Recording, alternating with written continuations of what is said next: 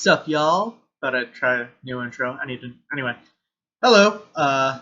It's Wednesday, July 15th, Comic Book Day, and we are starting this week with, just jumping right in, I guess, with Black Canary, issue number 2. Now, I had my issues with the first issue of Black Canary. Thought it was kind of middling, and I think that the kind of punk rock aesthetic they were going for felt a bit tacked on. I think it works a lot better in this issue.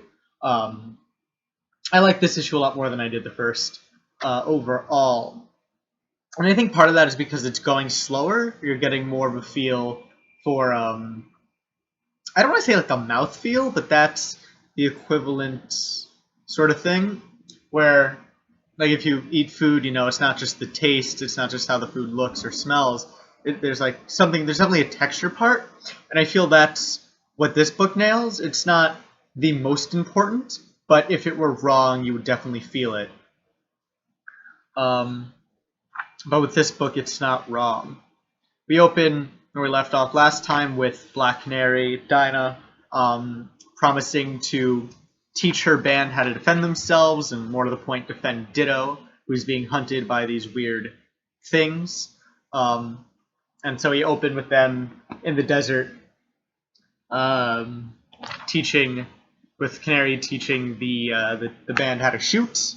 It's also revealed, not like revealed like it was a big secret, but we also determined that she's been teaching them a little martial arts in order to protect Ditto, who's still being hunted for we don't know why. We also have some great, again, I like that they did this last issue too, but as Ditto plays the guitar, we see the colors, like waves emanating out from him or her, which like gives the effect, you can't have music, but it gives the effect of the waves of music traveling through the air and changing everything they touch.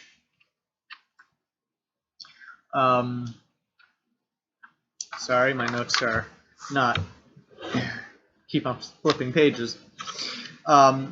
We also have them continuing to be hunted, and I like the effect they do here too, where they have this invisible blimp thing with this ninja guy in it, and in order to show the invisibility, you just have these little kind of marks that, like you get like printing marks, kinda. And it's just a neat effect, especially like these two panels here where you have Dinah looking, and we can see the blimp, but she can't. She just sees something looks a bit off in the air.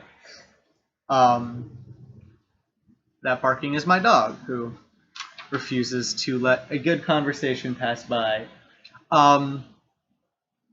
Yeah, we also have a part I did like in the first comic, a part I liked they're bringing back, and it seems to be a sort of framing device for the whole book, is that they're being also their travels are being documented by kind of a fanzine. So aside from the third person narration or the third person look that we get just from reading the comic as regular, we also get this kind of alternative version of events from another third person, or I guess second person, but yeah, a third person limited narration by this journalist following them around.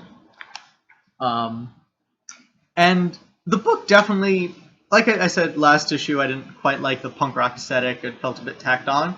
The aesthetic in this book feels a lot more comfortable. This book has a definite style to it, and it's beginning more and more to own that style. First thing I really like, aside from the zine narration we have, is like the actual style of the characters, how the characters dress, and I think it works a lot better in this issue. Where you have Dinah just in this, like she opens in this kind of, I'm not good with clothes, crop top kind of vest thing going on, and black jeans. She looks comfortable, but also like in a band, We then switch. Dinah switches to just a shirt and the jeans, and as we go on, just the character's costuming feels a lot more appropriate, I guess, in this book. Eventually, she goes to the leather jacket and striped shirt, very Ramones-y, I guess. Although she's wearing boots instead of Chucks, but you can't have it all, right? But yeah, we also have a short fight scene in the back of this book where Dinah confronts one of the invisible ninjas coming after Ditto. And it's a very well done fight scene. It's another kind of, well, not another, but it's a one-on-one. So we get to see basically everything play out step by step, and I'm liking that more and more in comics. We're seeing that a lot more, especially in the DC books, these very deliberately paced fights, where you kind of get everything that's going on, just like, almost like a strobe light effect, I guess, except you're seeing it all at once because it's all laid out on the page. So yeah, a definite improvement in this issue from the last. Still don't know exactly how long I'm going to be picking this up for. I'm still not loving it, and I am trying to cut down a bit on comics because I can't afford all the comics I buy. I can afford them, but I'd rather not spend $130-something bucks on comics, until I'm making more money. But yeah, I am enjoying this, and it's going to be something I'm going to not want to cut if I do decide to cut it, if that makes any sense. So that's Black Canary issue 2. Next up, another issue 2, Martian Manhunter, and I'm liking where this story is going. I'm still not quite sure, and that's part of why I like it. It's a very intriguing mystery right now as to everything that's going on. But just, I guess, stylistically, just tonally, I like what's going on here. In the last issue, I commented a lot about how they seem to be differentiating Martian Manhunter by putting them in these very Superman-esque, at least superficially, situations. And we open this issue with another one of those. We have the familiar shot of the superhero above Earth listening to all of these problems, but instead of Superman hovering above the Earth, it's Martian Manhunter listening onto everything and telling himself, be brave and be a hero for them. And it's just very much like Superman, which fits, and you can tell by the cover, because Superman makes a guest appearance in this book. And his entrance, what I love, so you have Martian Manhunter being Superman by, floating over the Earth listening to all the problems. Then you have Superman with this very Batman entrance, crashing through the window, lightning behind him, asking Manhunter, kind of interrogating Manhunter, how did you know, John? How did you know about those terrorist attacks before they even happened? And so you have this weird, not reversal of characters, but everything's a bit off. You have another, last of his kind alien hovering above the Earth listening to all the Earth's problems, but it's not Superman. You have a superhero, in this case, you can tell by the t-shirt and everything, a superhero who's vulnerable, a more vulnerable superhero crashing through a window during a lightning storm, asking questions, but instead of Batman, it's Superman this time. And so I like how everything's a bit off in this book, a bit off-center, not quite what you're expecting. And that continues to the heads of the actual characters. John literally gets into these characters' heads because he has these kind of telekinesis things and psychic powers going on. We also get a quick cut to Mr. Biscuits from the first issue, and I'm really liking this Mr. Biscuits character and his interactions with the world around him. So he's being, I guess, chaperoned to a train. He has to get to a train for some reason, and he's being chaperoned by the kids from the first issue. And there's just, again, like a lot of this book, there's something off about Mr. Biscuits. He's just very uncanny and unnerving. He's not scary. You're not scared of Mr. Biscuits. I mean, the kids aren't scared of him, and, the kids seem to care about him and like him in a way. But he's off. He's not right. He looks kind of like a big grasshopper guy or a big iguana guy. He's wanting trains, wants to eat the train, but he needs the train to get somewhere.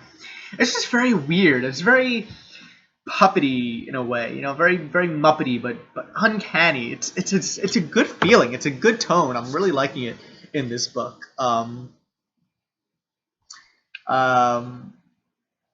We also have I think a less successful diversion back to Pearl, the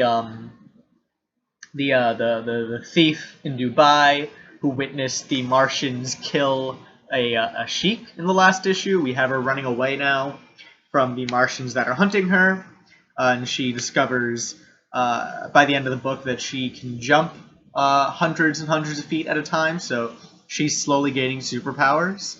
We're not quite sure what that's about. That's another mystery tacked on to the book.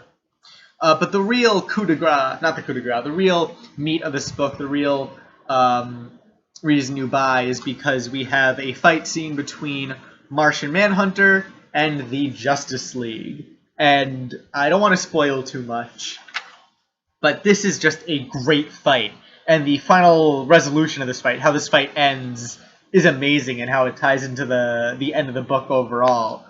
Just incredibly well done, and also incredibly unique to Martian Manhunter. Like I said, they're putting the Manhunter in all these very familiar situations, but the way they resolve them is very unique to the Manhunter, to his power set, to his personality, to his abilities. And I think that's a great way to really introduce him by saying, okay, here's all these familiar things, here's how they're different because of Manhunter. And of course, as he fights, as he talks to the Justice League, it's revealed more and more questions about the book. Manhunter hints that maybe he's not a Martian. As he's talking to Superman, it's like, we're both the last of our kind. But, like, what are you? And he refuses to say what he is. So it's this weird... We don't know everything that we're supposed to. We know just enough to know that something's wrong, that something's different. And it's very good. It's a very good book. I'm really, really enjoying it so far. And I'm glad. I mean, I've been interested in Martian Manhunter since first seeing him on the Justice League cartoon, Justice League and Justice League Unlimited, from Bruce Timm back in the early 2000s. And so, like, I'm really liking what they're doing with this book and how they're making him his own character, how they're giving him all this intrigue and making the reader interested in him just as a character. Like, what are his motivations? What does he do? Who is he? That sort of thing. And they're really drawing us in and engaging us. And I just noticed also in this page over here, another Superman as Batman sort of visual reference. You have, of course, The Dark Knight Returns, Batman jumping during the lightning bolt. This time it's Superman. So I'm pretty sure the book is very deliberately playing with these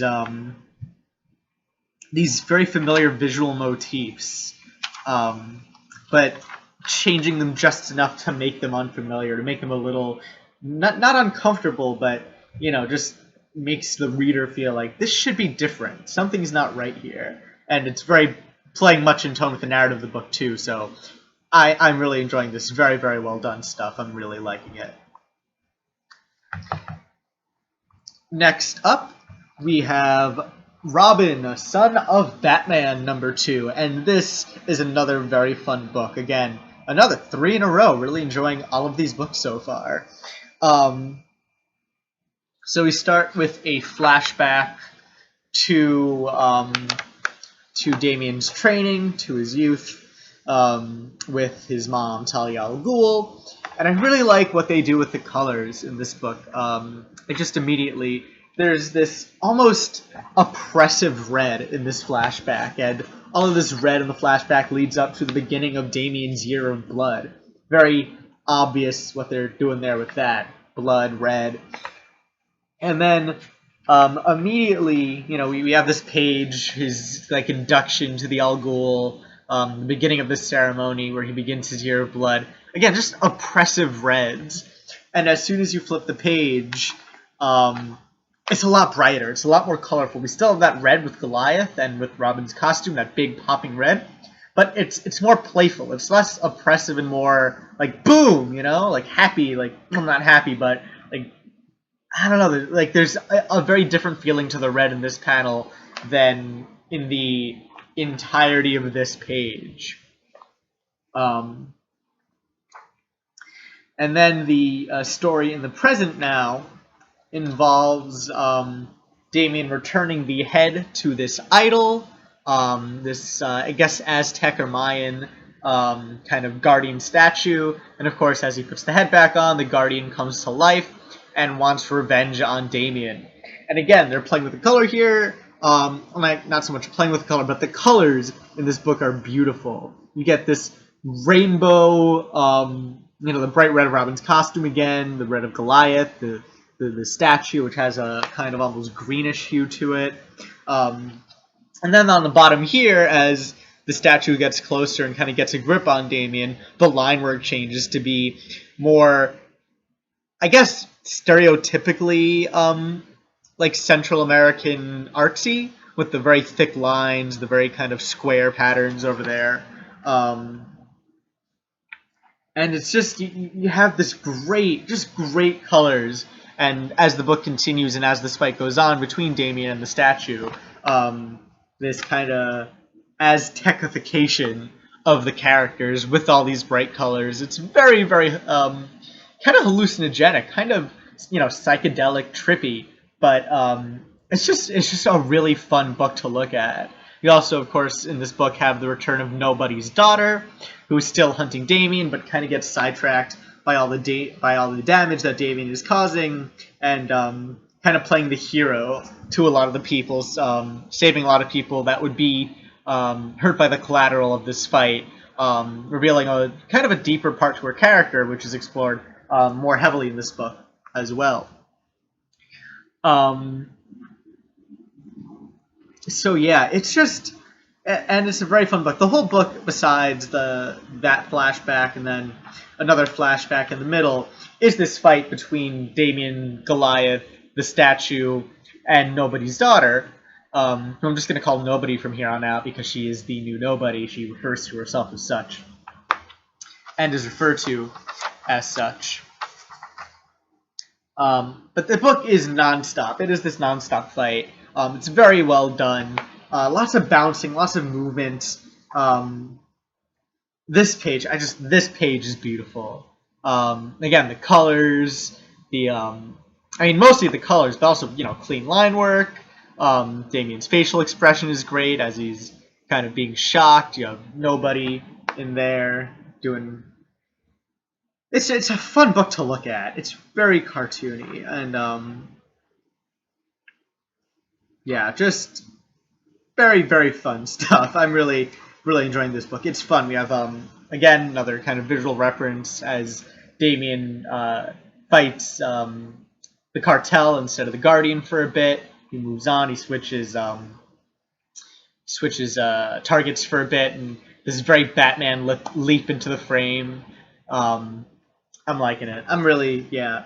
This is, the narrative's nothing spectacular. Like I said, it's mostly a fight scene, but the exposition serves to enhance the fight scene, give us, motivations. Why is Robin doing that? Why is Robin here? Why does the Guardian want revenge on Damien? What's Nobody's motivations and all this? Like the exposition really does serve to complement the fight rather than the other way around, but it works, and then it's just an enjoyable read. Very fun, again, the art is amazing. I'm really enjoying this book. Not the smartest, but it's a dumb, it's not dumb either. It's a very, it's simple. That's what it is. It's a simple fight-based comic, very action-oriented, but very well done. So you can't fault it for not being the most highbrow of comic books out there. Still very enjoyable in its own way. So there you go, Robin, son of Batman. Next up, we have Secret Six, issue number 4, and this is probably my favorite book I read this week. Again, I've only read the DC books so far, but and I have some pretty good ones coming up, I think. But so far of the DC books, this one was my favorite.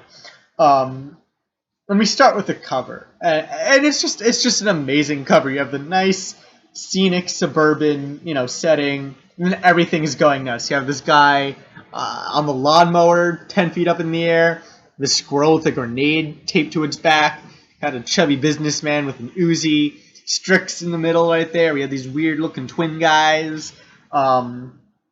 Just everything is going wrong.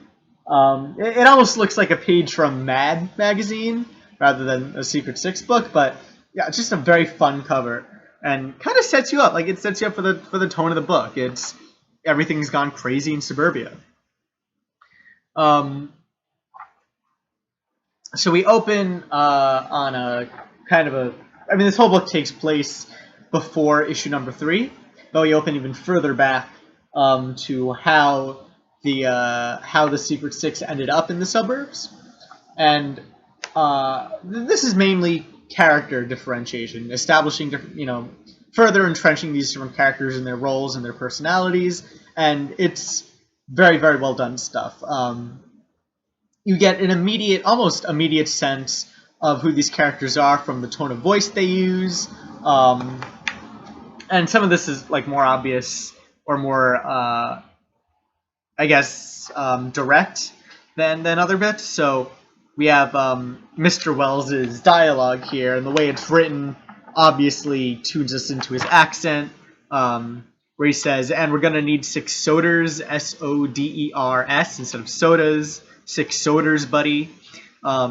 And just his whole manner of speaking is very put upon. And if you read the last page of the last issue, you might have a hint as to why his manner of speaking seems so deliberate, so deliberately different and flavored and textured the way it is. But then we have just, we have a Catman's posture over here. We also have the posture of a ventriloquist, when she comes into the book. The way she holds the hot dog, like these really small things that really do serve good purpose for characterization and defining who these characters are. You have Strix out of sight. She's, aside from being kind of shy, and doesn't talk much, she's trying to keep us out of sight. She is kind of a shrinking violet sort of character. Ventriloquist, she is put on airs. She thinks she's a lot more fancy than other people perceive her to be, so she holds the hot dog almost between her fingers. Doesn't want to make a mess of things. We find out that Porcelain is gender fluid. So we have Gail Simone introducing yet another, another non-conventional. I don't know. I don't want to say this in a disrespectful way, but Gail Simone again repping the LGBTQ community, LGBTQ plus again, LGBTQA. The acronym is getting very complicated. I think even I consider myself an ally. I hope I'm a good one. But the acronyms are confusing, especially when you have a lot of people who are constantly you have Q can mean queer, can mean questioning. Is queer questioning? So yeah, it's just the non-sexual, binary, cisgender. Yeah,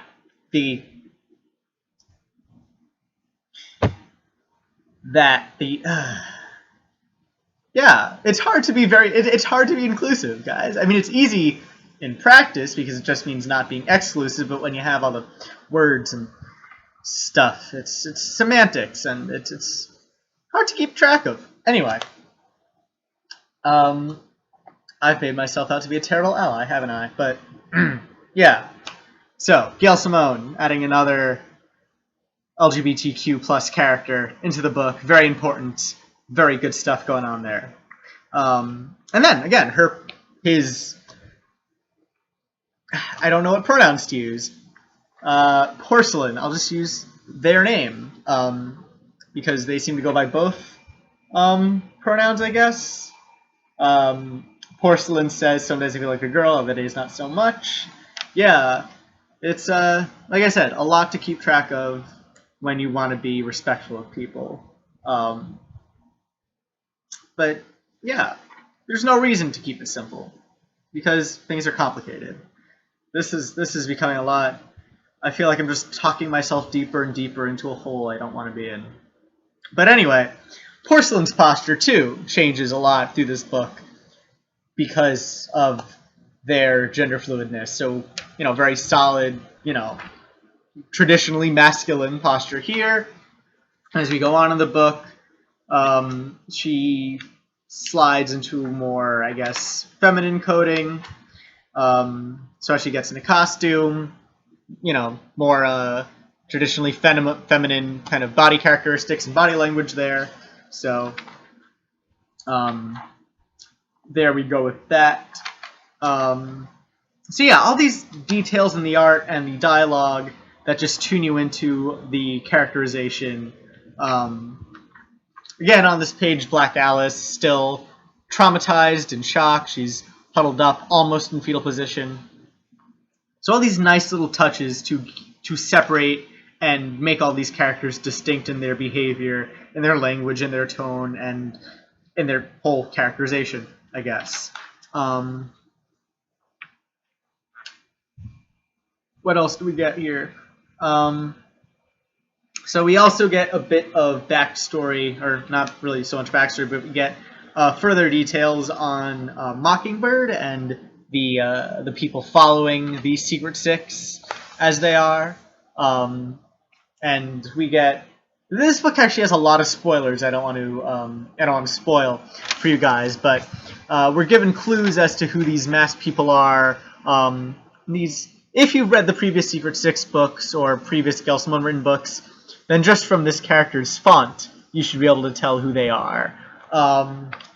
We have other hints to who these characters are as the book goes on before it's finally revealed at the end of the issue. It's revealed who all of these masked people are. So let me see if I can find other subtle hints to clue you guys in. Here's one. So if you recognize this person's weapon, then you probably know who's behind the mask here. So yeah, there we go with that. I like this issue too. I have as much trouble as I'm having to talk about it. But yeah, it's great. It's funny without spoiling who a lot of these characters are. Who I don't want to spoil the book. But without doing that, they all come across so well and so distinctly. It's very, very fun. And they all have very fun personalities. They're fun to watch these people bicker with each other and talk with each other and get to know each other. You also just have great moments, like Strix really taking to the garden gnome. Just love that little heart. She just really likes that little garden gnome. One of the people after the Secret Six, we have this great scene where they attach a grenade launcher to a squirrel, and they have to be told to stop attaching high explosives to animals, because that is a thing they like to do. When you have them finally catch up to the Secret Six, they bring cookies. It's just so much to enjoy in this book.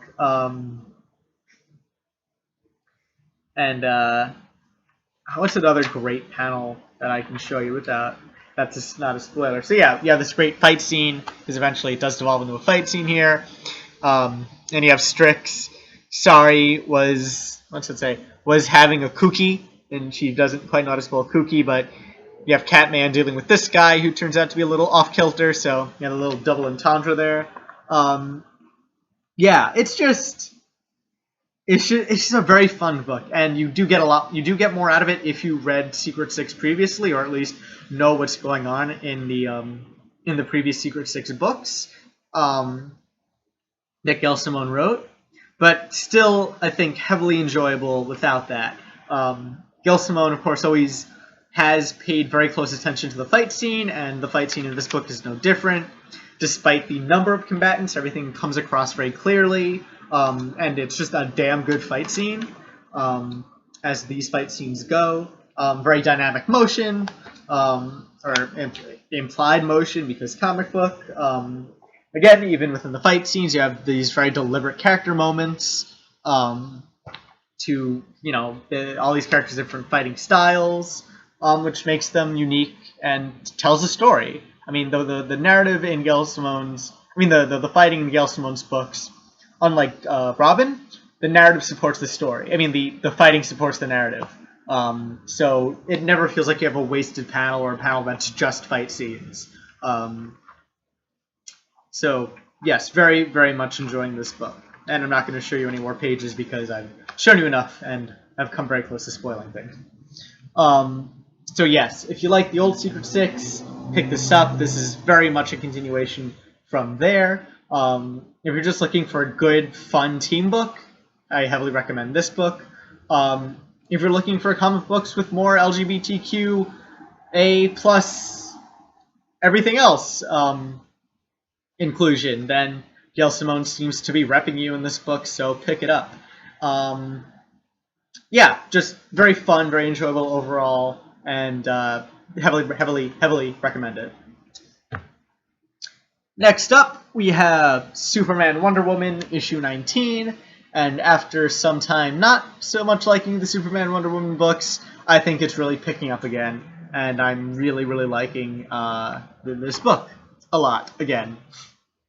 So we start, last issue, we ended with with Superman and Wonder Woman being confronted by the Suicide Squad, and in this issue we have the fight scene between Superman and Wonder Woman versus the Suicide Squad. And considering we have Wonder Woman on this fight and a depowered but still very powerful Superman, this fight lasts a lot longer than you might think. The Suicide Squad put up a hell of a fight against these two powerhouses, and it's another good DC fight scene this week. The Suicide Squad just won't stay down, and yeah, it's a lot messier, but at the same time it's a deliberate mess. You have the Suicide Squad, they just kind of try to dogpile. It's obvious they're aiming for Superman more than Wonder Woman in this fight, and that comes across a lot over this book. You have Wonder Woman kind of jumping in to defend Superman instead of kind of doing a divide and conquer strategy, which you'd think would be more apparent to do. You have Wonder Woman very much being on guard and kind of bouncing back and forth between her own fight and Superman's fight, trying to defend a depowered Clark. But it's also obvious that Clark can still hold his own. Just a very, very well done fight scene between, you have power versus numbers, I guess, in this fight, and it's just very well done. Though the ending is a bit predictable, you still manage to have a twist at the very end and something very affecting.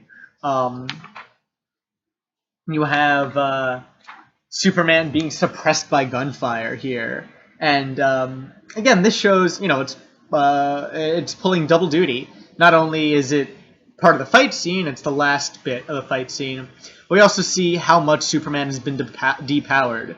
We're used to bullets just bouncing off Superman, and this one, they're hurting him. They're not killing him, like he's still bulletproof, but he's only barely bulletproof, and that affects, as a reader of Superman, as someone who enjoys that character, and as someone who's used to seeing him just shrug off stuff like this, it is emotionally affecting to see him suppressed by gunfire. It's hard to take in almost, and I'm very glad when Wonder Woman interrupts and just throws Deadshot into a tree. It's like, stop shooting Superman, stop hurting Superman, And then that works just as well when we have later on Wonder Woman nursing Superman back to health and removing the bullets and being concerned, saying I'm not used to seeing this either, and I'm scared for you. And it works on an emotional level. It really does work emotionally. At least for me, to see a Superman that's hurt. Like, you don't see Superman with this much bruises on him, and seeing how Clark and Diana work through this moment, seeing Superman extra vulnerable, it's very good storytelling. So I'm again really liking this book, and if you like Superman, if you like Wonder Woman, I don't think you will be disappointed by how this issue turns out. So, especially the ending, very, very fun ending, where Superman goes off on his own to confront a very special somebody. Not gonna spoil who, but very fun stuff there. And the last issue of the DC books this week is Justice League number 42, second part of the Darkseid War. And where the first issue I felt was continuing a less than fantastic Justice League run from Jeff Johns, I think this issue really picks up, and it picks up in a way I wasn't quite expecting. I think this book turns in a way very much towards Grant Morrison, like kind of a more Grant Morrissey style feel for the Justice League. You have this complex, multi-threaded story, and then just the things that occur in this story are very, very much weird. They're more off. They're more weird and kind of, like this is happening. And I feel that's very much more kind of Grant Morrison's territory than it has been Jeff Johns. But I think that Johns is doing a fantastic job of doing this, of taking us to places we might not expect, but having it work out, having it be intriguing, and not having all the weirdness alienate from the story, and instead have it engage the reader. So the multi-threaded story, we start this issue with Superman and Lex Luthor waking up on Apokolips together. And then we cut to Darkseid, who tells us that he wants to break Superman's soul. So his plan is to kidnap Superman and throw him in the gladiator pits.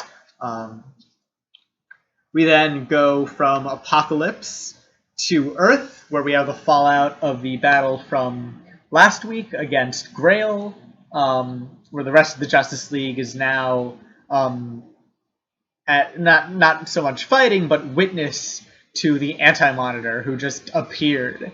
And the main narrator here is Wonder Woman, who's discussing how she's fought gods before and how she is now preparing for a fight with Grail. But that fight is interrupted first by the Anti-Monitor, who decides to kind of come from the sky and interrupt this fight, and interrupted a second time by Metron, who whisks the Justice League away from the fight altogether. So we have the introduction of Anti-Monitor, we have a quick show of force, Anti-Monitor is very powerful, then we just leave. We leave Earth in the hands of the Anti-Monitor.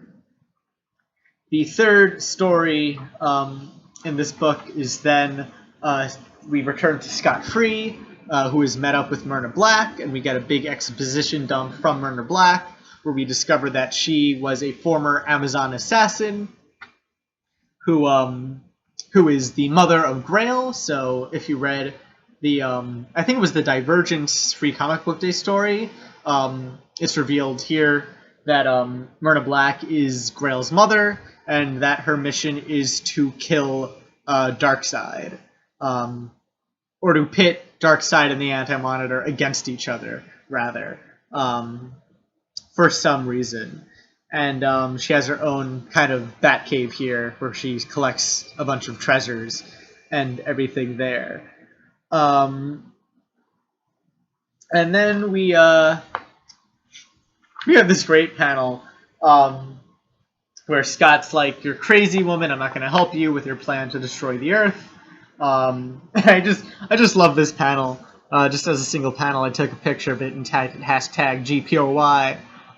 Scott says, "Mother Box, get us to friends," and then the Mother Box responds, "You have no friends on this planet." Just so matter-of-factly, and I think that's hilarious. And we end this book with the Justice League at the Rock of Eternity, where Metron gives another exposition dump as to what the Anti-Monitor is doing on Earth and his plan for the Justice League. And then we end with a very, very, again, engaging, kind of weird twist on the story that I wasn't expecting, that I'm not going to spoil.